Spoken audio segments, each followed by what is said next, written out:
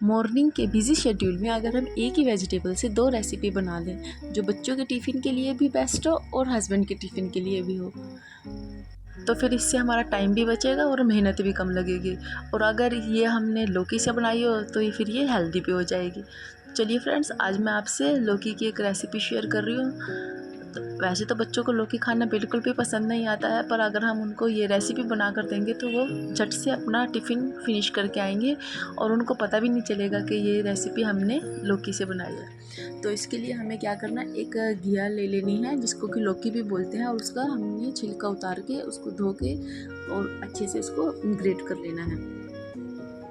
आज मैं इस लौकी से लौकी का कोफ्ते और लौकी के पराठे 2 रेसिपी बनाऊंगी, इसलिए मैंने एक बड़ी घिया का यूज़ किया है।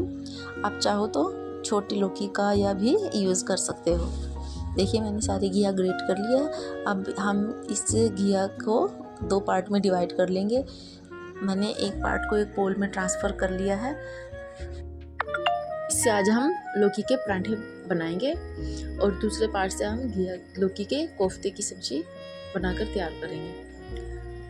तो जो हमने ये लौकी कस कर रखी थी उसमें हमें धनिया पाउडर, ज़ीरा पाउडर, हल्दी, red chilli powder, green chilli, हरी मिर्च, कसूरी मेथी और जीरा, खड़ा जीरा, ये सब कुछ ऐड कर देना है। अब हमें उसमें 2 बोल गेहूं का आटा ऐड कर देना है। आप ये बच्चों के लिए बना रहे हैं तो इसमें हमें 1 चम्मच ओरिगैनो डाल देना है, क्योंकि बच्चों को ओरिगैनो का फ्लेवर बहुत ज़्यादा पसंद आता है। इसके बाद हमें इसमें नमक ऐड कर देना है टेस्ट के अकॉर्डिंग। और अब हमें इसका एक सॉफ्ट सा डो बनाकर तैयार कर लेना है। हमें इस डो के लिए किसी भी पानी की ज़रूरत नहीं होगी, क्योंकि लौकी में अपना ही जूस होता है। अगर फिर भी आपको लगे कि आपका आटा थोड़ा सूखा है तो आप 1 से 2 चम्मच पानी ऐड कर सकते हो। आप चाहो तो इस पराठे में प्याज भी यूज़ कर सकते हो, अगर आप प्याज खाना पसंद करते हो।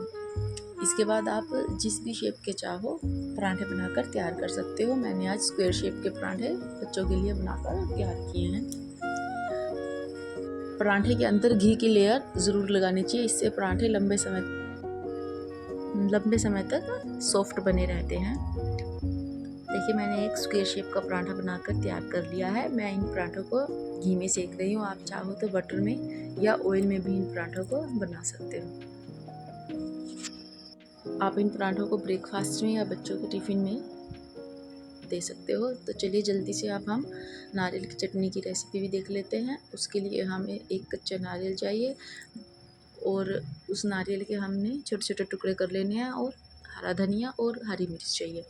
आप चाहो तो इस नारियल का छिलका भी उतार सकते हो, पर मैंने आज ये चटनी नारियल के छिलके समेत ही बनाई है। अब इन सभी चीज़ों को एक मिक्सी के जार में ट्रांसफ़र कर लीजिए। मिर्ची आप अपने टेस्ट के अकॉर्डिंग कम या ज़्यादा कर सकते हो।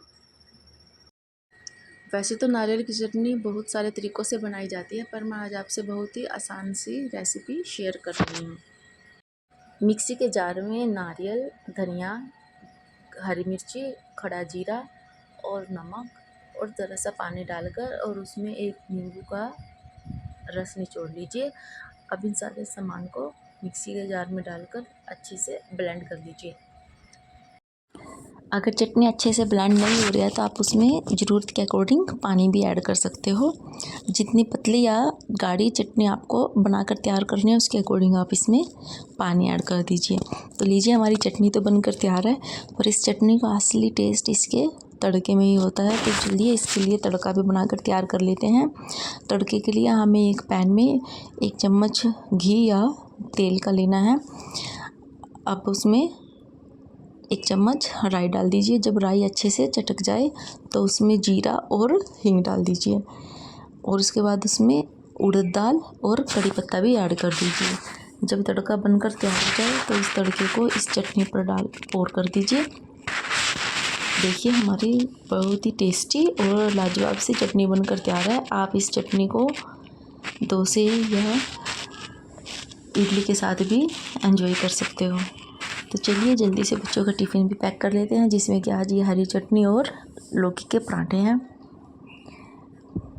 सुबह की भागदौड़ में ये बिल्कुल 10 मिनट में बनने वाला क्विक सा नाश्ता है, जो हेल्दी भी होता है और बच्चों को पसंद भी आता है। तो चलिए फ्रेंड्स, अगर आपको मेरी रेसिपीज़ पसंद आ रही हैं तो चैनल को लाइक कीजिए और सब्सक्राइब कीजिए, और आप मुझे कमेंट भी कर सकते हो। मिलते हैं ऐसी ही मज़ेदार और आसान सी रेसिपी के साथ। Bye bye and thanks for watching.